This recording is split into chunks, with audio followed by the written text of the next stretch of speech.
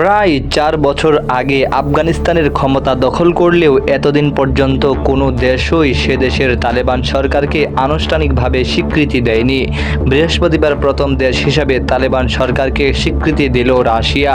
রাশিয়ার পররাষ্ট্র মন্ত্রণালয় এক বিবৃতিতে জানিয়েছে, আমরা বিশ্বাস করি যে আফগানিস্তানের ইসলামিক আমিরাত সরকারের আনুষ্ঠানিক স্বীকৃতির ফলে আমাদের দুই দেশের মধ্যে বিভিন্ন ক্ষেত্রে দ্বিপাক্ষিক সহযোগিতার বিকাশে গতি আসবে।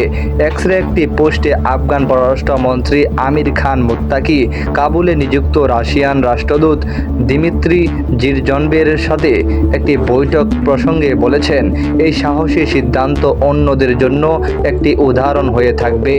রাশিয়ার এই পদক্ষেপটি ওয়াশিংটনের ঘনিষ্ঠভাবে পর্যবেক্ষণ করার সম্ভাবনা রয়েছে, যা আফগানিস্তানের কেন্দ্রীয় ব্যাংকের কোটি কোটি সম্পদ জব্দ করেছে, যার ফলে আফগানিস্তানের ব্যাংকিং খাত আন্তর্জাতিক আর্থিক ব্যবস্থা থেকে মূলত বিচ্ছিন্ন হয়ে পড়েছে।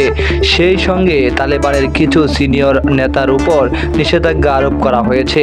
2021 সালের আগস্টে আফগানিস্তানের ক্ষমতা দখল করে এই গোষ্ঠী, যখন দেশটির আন্তর্জাতিকভাবে স্বীকৃতি সরকারকে সমর্থনকারী মার্কিন বাহিনী প্রত্যাহার করে নেয়। মার্কিন সেনা প্রত্যাহারকে ব্যর্থতা বলে অভিহিত করা মস্কো তখন থেকেই তালেবান কর্তৃপক্ষের সাথে সম্পর্ক স্বাভাবিক করার পদক্ষেপ নিয়েছে। সন্ত্রাসবাদের বিরুদ্ধে লড়াইয়ে তাদের সম্ভাব্য অর্থনৈতিক অংশীদার এবং মিত্র হিসাবে দেখে। 2022 এবং 24 সালে সেন্ট পিটারবার্গে রাশিয়ার প্রধান অর্থনৈতিক ফোরামে তালেবানের একটি প্রতিনিধি দল যোগ দিয়েছিল এবং গত অক্টোবরে মস্কোতে রাশিয়ার পররাষ্ট্রমন্ত্রী সের্গেই লেভরভের সাথে দেখা করেছিল গোষ্ঠীর শীর্ষ কূটনৈতিক। 2024 সালের জুলাই মাসে রাশিয়ার প্রেসিডেন্ট ভ্লাদিমির পুতিন তালেবানদের সন্ত্রাসবাদের বিরুদ্ধে লড়াইয়ে মিত্র বলে অভিহিত করেছিলেন। এপ্রিল মাসে রাশিয়ার সুপ্রিম কোর্ট এই গোষ্ঠীর উপর থেকে সন্ত্রাসী তকমা তুলে নেয়। লেভরভ সেই মাসে মস্কোকে তালেবানদের প্রতি বাস্তববাদী নীতি গ্রহণ করার আহ্বান জানান। গত 2 দশক ধরে তালেবানের প্রতি মস্কোর মনোভাব নাটকীয়ভাবে পরিবর্তন হয়েছে।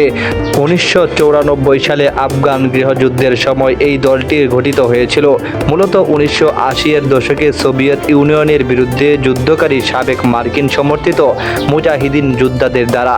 সোভিয়েত আফগান যুদ্ধের ফলে মস্কোর এক ভয়াবহ পরাজয় ঘটে, যা সম্ভবত ইউএসএসআরের পতনকে ত্বরান্বিত করেছিল। উত্তর ককেশাসে বিচ্ছিন্নবাদীদের সমর্থনের জন্য 2003 সালে রাশিয়া তালেবানকে তাদের সন্ত্রাসী কালো তালিকাভুক্ত করে, কিন্তু 2021 সালে তালেবানের ক্ষমতায় ফিরে আসার পর রাশিয়া এবং এই অঞ্চলের অন্যান্য দেশগুলো প্রভাব বিস্তারের প্রতিযোগিতায় তাদের অবস্থান পরিবর্তন করতে বাধ্য হয়েছে।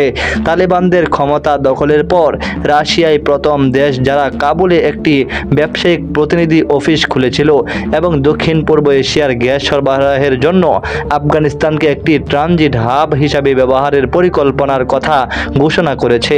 আফগান সরকার কোনো বিশ্ব সংস্থা কর্তৃক আনুষ্ঠানিকভাবে স্বীকৃত নয়।